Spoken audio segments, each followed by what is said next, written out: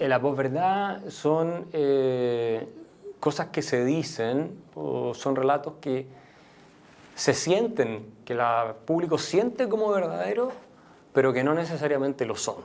O sea, a la posverdad no le interesa la verdad, pero tampoco le interesa deliberadamente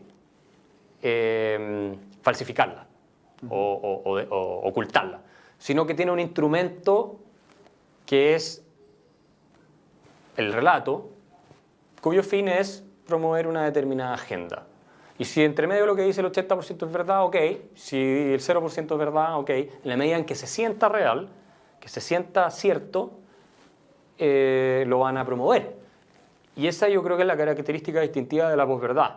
De lo que estamos hablando ahora es de todo un aparato ideológico que se ha desarrollado ya por más de un siglo, que se ha cristalizado en distintas cátedras, sobre todo en el caso de las universidades norteamericanas, pero también en Inglaterra y en otros lados, que han influido en la cultura de manera tal de que se ha creado esta sensación del victimismo generalizado y al mismo tiempo se ha buscado destruir los conceptos de normalidad y los estándares y los cánones que se venían cultivando por mucho tiempo, hasta en literatura hoy en día. La literatura ha sido una de las áreas que más ha sufrido con esto.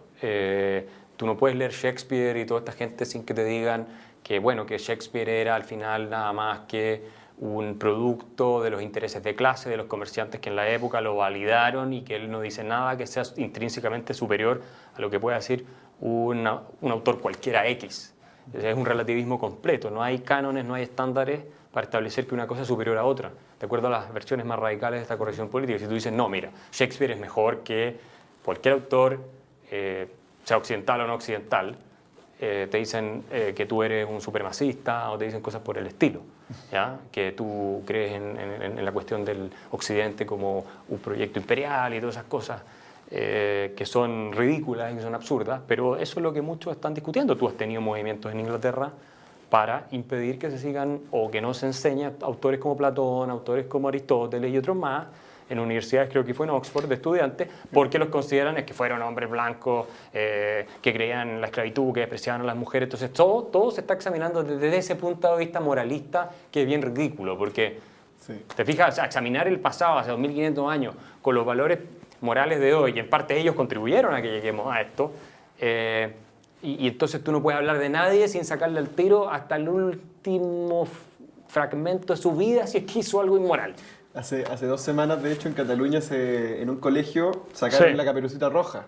Porque era se censuraron 200 libros de cuentos infantiles como La Caperucita Roja, entre otros, porque supuestamente reforzaba los estereotipos de género. Esto, por supuesto, es una cosa absurda, ridícula, que no resiste ningún análisis. Pero es parte del efecto de la ideología, de la nueva Inquisición. En Alemania también se están censurando libros de gente como Michael Ende, que es el autor de la famosa Historia sin fin, del famoso libro este que se hizo película después, y otros más, que se considera que tienen expresiones ofensivas. En Estados Unidos se han censurado las obras de Mark Twain. Mark Twain, que es el más grande escritor, de acuerdo a muchos, que ha tenido Estados Unidos, por usar conceptos que a las minorías podía molestarle, siendo él un gran partidario de la igualdad entre los afroamericanos y los norteamericanos. Pero como en algunas frases él usaba la palabra, no sé, negro, por decir algo, entonces se están censurando esos libros, se le están limpiando del contenido para pasarlo de manera que sea digerible. Con lo cual se desvirtúa el mensaje que era precisamente pro igualdad de derechos en muchos casos. Entonces, es una cosa completamente ridícula. Y te estoy diciendo, esto no es gente, esto es gente muchas veces de centro izquierda que está cayendo víctima de esta vorágine y de esta cosa media revolucionaria cultural que se está imponiendo hoy en día y que le está cortando la cabeza. Una de las víctimas más recientes es el editor del New York Times of Book Review, que es una revista de centro izquierda. Y al tipo lo terminaron echando, y él es de centro izquierda, y al tipo lo terminaron echando porque publicó una entrevista a un rockstar canadiense, un cantante, que había sido acusado de acoso sexual o de violación, no recuerdo exactamente, de agresiones sexuales de algún tipo, pero la corte lo había eximido en todos los casos, o sea, que no le pudieron comprobar, entonces salió libre, pero le destruyeron su carrera, su reputación y todo.